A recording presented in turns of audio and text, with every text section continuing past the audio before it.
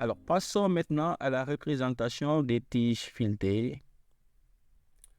Ici, on a un exemple de tige filetée, donc avec du filetage là, les rainures hélicoïdales qu'on a ici.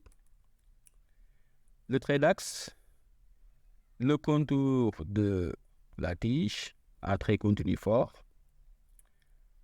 Le chanfrein, ici, la gorge de dégagement des filets. Là, on voit bien que le fond ou bien les fonds des filets ici sont reliés par un trait continu fin ici et qui va jusqu'à ce point. Très important à savoir. Et maintenant, donc, en dessin, en vue extérieure, c'est-à-dire sans la coupe, voilà comment on doit faire la représentation d'une tige filetée ou bien d'une vis. On a un trait continu fort pour le contour, donc pour les sommets de filet, un trait continu fin pour les fonds de filet. C'est très important de ne pas mélanger ces deux. Ici, à l'intérieur, c'est toujours un trait continu fin, partant de ce point-là jusqu'ici. Là, on a le diamètre nominal qui se mesure donc entre les deux traits continus forts. Pour la tige filetée, ce sera le même principe pour les vis. Là, on a une vis en perspective, la représentation en vue de face d'une vraie vis. Maintenant, en dessin normalisé, si on respecte les normes, on aura la vis qui va être représentée comme ça, avec les deux traits fins qui symbolisent le fond de filet. Et le diamètre nominal va se mesurer à partir du trait fort là jusqu'ici. Alors la différence par rapport au cas précédent, c'est qu'ici on a juste rajouté la tête de la vis qu'on a ici ou là. Voilà, c'est exactement ceci qui correspond à ce dessin-là. Donc pour cette vis, il faut remarquer qu'on a une partie filetée et une partie qui est lisse. Cette partie lisse, c'est celle que nous avons ici, et la partie filetée, elle est représentée là. Un petit rappel, on ne coupe pas les vis longitudinalement, donc suivant la longueur. C'est pour ça que même en coupe, vous ne verrez jamais une vis comme ça comporter des hachures. Voilà donc pour cet exemple, on veut représenter la vis. Alors, les différentes étapes pour aboutir au dessin précédent. On commence d'abord par le trait d'axe, parce que la pièce est cylindrique.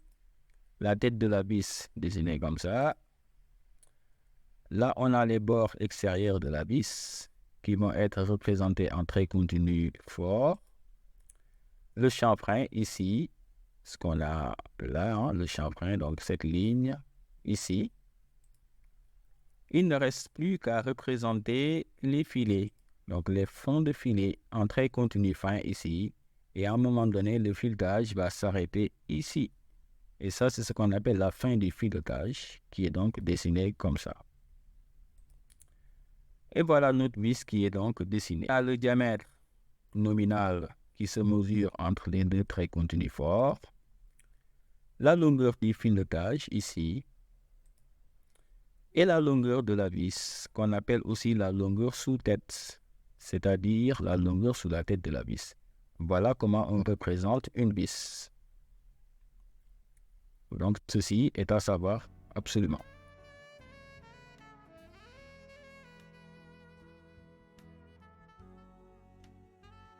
Le tube qui est fileté avec et un trou débouchant ici. En vue extérieure, on ne voit pas le trou, il est dessiné en trait interrompu. Alors les filets sont là, représentés en trait fin. Et maintenant, on va réaliser une coupe. Si on réalise une coupe, ces traits continus forts là vont disparaître. Alors, vont donner des traits interrompus. On les voit ici. Et maintenant, ce qui était interrompu, c'est-à-dire le trou, si on réalise la coupe ici, il devient vu. Voilà, avec un trait continu fort. Il ne reste plus qu'à dessiner les hachures sur la partie touchée par le plan de coupe, là où il y a de la matière. Donc, des hachures ici et là. Et là, on a le trou.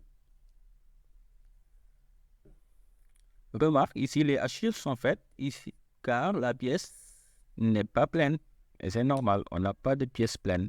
Les hachures sont interdites lorsqu'il s'agit de pièces pleines, suivant la longueur, bien sûr. Et là, on n'a pas une pièce pleine parce qu'on a un trou ici.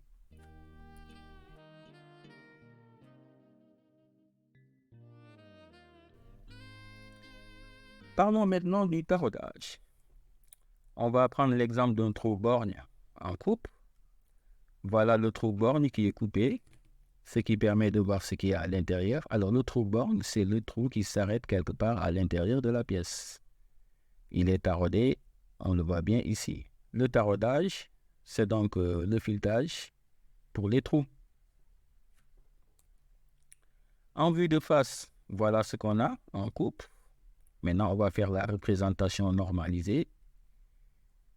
On commence d'abord avec les contours de la pièce. Le trait d'axe. Là, on a le trou borgne sans le taraudage avec des traits forts. C'est le perçage, donc un trait fort. Et là, la fin du taraudage, parce que le taraudage commence ici et s'arrête là, on a la fin du taraudage.